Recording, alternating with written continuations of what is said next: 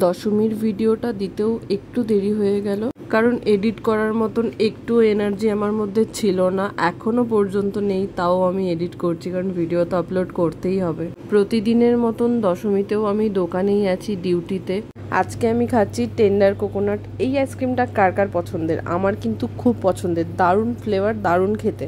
সন্ধ্যের টিফিন আমি আজকে আর বাইরে যাইনি কেনার জন্য, ডমিনোজ থেকে অর্ডার করেছিলাম। আর আমার মাথা খারাপ ছিল যে আমি ডমিনোজ থেকে অর্ডার করেছিলাম। এইটুকু খাবারটার দাম নাকি 80 টাকা, তার সাথে এটার দামও 80 টাকা। মানে ভাবো, আমার দুটো মিলিয়ে টোটাল 187 টাকা নিয়েছে, প্রায় 200 টাকা। এই দুটো মিলিয়ে 200 টাকার খাবার কোনো দিক থেকে মনে হচ্ছে। হ্যাঁ, তবে খাবারগুলো খেতে ভালো ছিল। আমার ট্যাকোসটা অতও ভালো লাগেনি, বাট এই কেকটা আমার খুবই ভালো লেগেছিল, টেস্টি ছিল। পুরোটা আমি খেয়েছি, বাকিটা চেটে চুটে এরা সাফাই করে দিয়েছে। ডমিনোজ থেকে খাবারগুলো নেওয়ার পর খেয়েছি, বাট আমার পেট একদমই ভরেনি। তো বাবা 10টার দিকে এসেছিল, তখন আমাকে একটা এগরোল দিয়ে গেছিলো, সেটাই খেলাম। তারপর রাতে দোকান থেকে বাড়ি ফিরে 1-1:30 নাগাদ বেরিয়ে পড়েছিলাম আমরা ঠাকুর দেখতে। সবার প্রথমে আজকে গেছিলাম আমরা আলমগঞ্জ। প্রতি বছরই এখানে দারুণ দারুণ করে, যারা দেখো প্রতি বছর এসে তারাই জানবে। প্রতি বছরই ফার্স্ট হয় আলমগঞ্জ, এই বছরও হবে আশা করছি, যদিও আমি সঠিকটা জানি না। যারা যারা আলমগঞ্জ দেখতে পাওনি, কাল কার্নিভালে অবশ্যই দেখতে পাবে। আমার মনে হয় না আমি কার্নিভালে কালকে বেরোতে পারবো। রাত 3টে 3:30-র সময় কত ভিড় দেখো আমার চারিপাশটা একবার। আমি তো খেয়ালই করিনি আমার এই ড্রেসটার সাথে আমার জুতোটা একদম মানিয়ে গেছে। আর আমি এরকম গোল গোল লাট্টুর মতন কেন ঘুরছিলাম জানি না। চারিপাশটা ঘুরে ঘুরে দেখছিলাম, প্যান্ডেলটা খুবই সুন্দর হয়েছে। এরপর আমরা কোথায় যাবো বলো তো? দেখাবো। তার আগে যাচ্ছি খাওয়ার স্টলে, কারণ রাজ কিচ্ছু খেয়ে বেরোয়নি, ওকে আগে খাওয়ানো হবে। ওরা তো খাচ্ছে, আমি মোটাকে নিয়ে এই সাইডে এসেছিলাম। এখানে একটা সুন্দর ছবি তোলার জায়গা আছে, এখানে ছবি তোলার জন্য। বাট বিশ্বাস করো, একটা ছবিও আমার এখানে ভালো আসেনি, তাই ভিডিওই করছিলাম। আর কি এত বকবক করছিলাম আমি নিজেও জানি না। ও আচ্ছা, আমার ঠিক করে ভিডিও করে দিতে বলছিলাম। আমার মাথা গরম হয়ে যায় ভিডিও ঠিকঠাক যদি কেউ করে দিতে না পারে। ওরা রোল খাচ্ছিল, আমি ভাবলাম কি খাবো। আমার না রাস্তাঘাটে বেরোলে আর একটু হাঁটাহাঁটি করলে আমি প্রচন্ড হাঁপিয়ে যাই, তো এই ক্যাম্পার নিয়েছিলাম খাওয়ার জন্য। তারপরে আমি এই ব্ল্যাক ফরেস্ট আইসক্রিমটাও নিয়েছিলাম, ভেবেছিলাম খুব ভালো হবে, চকলেট টাইপের। বাট বাইরে কোটিংটা তো চকলেট, কিন্তু ভেতরটা স্ট্রবেরি ফ্লেভার, আমার একদম ভালো লাগেনি। তারপর আমরা আলমগঞ্জ থেকে শর্টকাট রাস্তা ধরে চলে এসেছিলাম ময়ূরমহলে। এখানে ঠাকুর তোমরা কে কজন দেখেছো? না দেখে থাকলেও আমি তো আছি, আমি দেখাবো তোমাদেরকে। এই যে এখানে করেছে এরকম একটা থিম, আর ভেতরটা খুব সুন্দর। চলো যাই। এই বছর জানো তো বর্ধমানের প্রত্যেকটা ঠাকুর সুন্দর হয়েছে, বাট প্যান্ডেল আমার অতটাও খাস লাগেনি, কিন্তু ঠাকুরগুলো দারুণ সুন্দর করেছে। এখানেও এত সুন্দর সুন্দর ছবি এসেছিল না, বিশ্বাস করো আমারই শুধু ভালো ছবি আসেনি, তাই ভিডিও করেছিলাম। বাট যেখানে যেখানে আমার ছবি ভালো আসেনি, কিন্তু ভিডিও খুব সুন্দর এসেছে। প্রতি বছর এই রাস্তাটা কিন্তু খুবই সুন্দর করে সাজায়, আর এইরকম রাস্তা ছবি তোলার জন্য বেস্ট। আর যেহেতু আমরা অনেকটা রাতের দিকে আছি না, রাস্তাটা পুরোই ফাঁকা, 2-1 জন আছে। আমাকে দেখে কি একটুও বোঝা যাচ্ছে যে আগের দিন সারা দিন জাগা, সারা রাত জাগা, পরের দিন ডিউটি করে এখন ঘুরছি, এখনো সারা রাত ঘুরছি, আবার কালকেও সারা দিন জাগবো, ডিউটি করব। পুজোর সময় না এরকম লাইটিং এ ভরা রাস্তাঘাট দেখলেই আমার এত ভালো লাগে, আমি চলে যাই ভিডিও করতে। এই লোকেশনটা কোথায় কে কে বলতে পারবে দেখি, বলো তো কমেন্টে। আর আমার এই ভিডিওটায় আমি কি গান দেবো সেটাই বুঝতে পারছিলাম না। আচ্ছা, তোমরাই একটা গান সাজেস্ট করো তো আমাকে, যেটার সাথে এটা একদমই মানাবে, ভালো লাগবে। এর পরের অবস্থা দেখো আমার।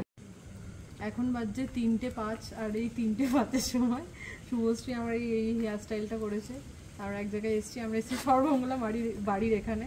তো এখানে একটা এই গায়ে ফুল ছেটাচ্ছে, কেমন বিয়ে হচ্ছে, তো পাশ দিয়ে ফুল ছেটাচ্ছে। এই যে হেয়ার স্টাইলটা দেখো কেমন লাগছে, সুন্দরই লাগছে। থাক, এটা আমি আর তুলবো না, হাওয়ায় যত যদি উড়ে যায় তো উড়ে যাবে।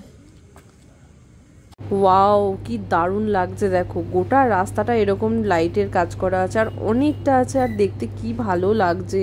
আমরা চলেই যাচ্ছি, রাস্তা আর শেষ হয় না। আর এই রাস্তাটা দেখতে এতই ভালো লাগছে, আমরাও চাইছি যেন রাস্তাটা শেষই না হোক। আমরা এসেছি মেহেদি বাগানে, এখানে ভুলভুলাইয়া করেছে, ভূতের একটা থিম। আর এই 4টের সময় লাইনটা দেখো, জাস্ট 1 মিনিটের মধ্যে আমার পিছনে এই লাইনটা পড়ে গেল একদম।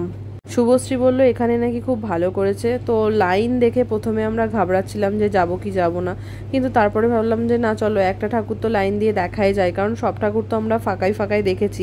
আর পুজোতে যদি লাইন দিয়ে ঠাকুর না দেখি তাহলে কিসের পুজো, তাই না? আমি তো খুবই এক্সাইটেড এইটা দেখার জন্য, কারণ একটু গা ছমছমে ব্যাপার আছে ভিতরে। জানি না ওখানে ভিডিও করতে পারবো কিনা, যদি পসিবল হয় তাহলে আমি তোমাদের দেখাবো। যারা ছোট ছোট বাচ্চা আছে আর আসন নেবেন, মনে রাখবেন কোনো লাইট, মোবাইল লাইট ব্যবহার করবেন না। डर लग रहा है। প্রবেশ করবেন, নিজের মোবাইল। বাপরে বাপ, এত লাইন শেষ আর হচ্ছেই না, আমরা শুধু এগিয়ে যাচ্ছি, কতক্ষণে ঢুকবো ভেতরে জানি না। অপেক্ষার শেষ, চলে এসেছি গেটের মুখে, এরপর ঢুকবো। আর এরপর সত্যিই ভয় লাগছে, আর আমার পিছনে অতনু, ওর ফেটে গেছে ভয়ে।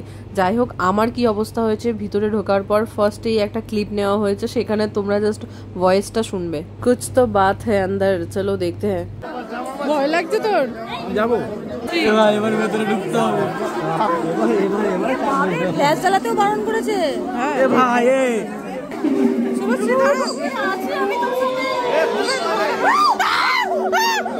প্রথমের দিকে আমার ভয় লাগলেও শেষের দিকে প্রচন্ড হাসি পাচ্ছিল, অতটাও ভয়ের কিছু নেই ভিতরে। হ্যাঁ, তবে ভূতের ওই জায়গাটা পেরিয়ে যাওয়ার পর এই প্যান্ডেলটা খুবই সুন্দর করেছে। এটা হচ্ছে ভুলভুলাইয়া।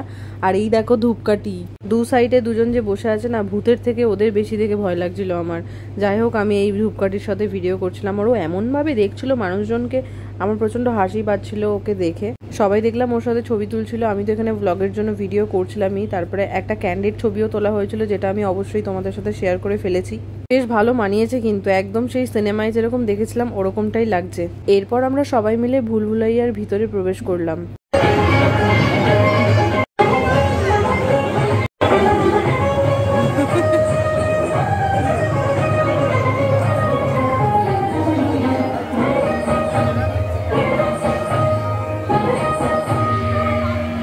আজকেও বাড়ি ফেরার পথে অঝোরে বৃষ্টি শুরু হয়ে গেছে, আর আমরা একদম আটকা পড়ে গেছি। চলো ভিডিওটা এখানেই শেষ করি।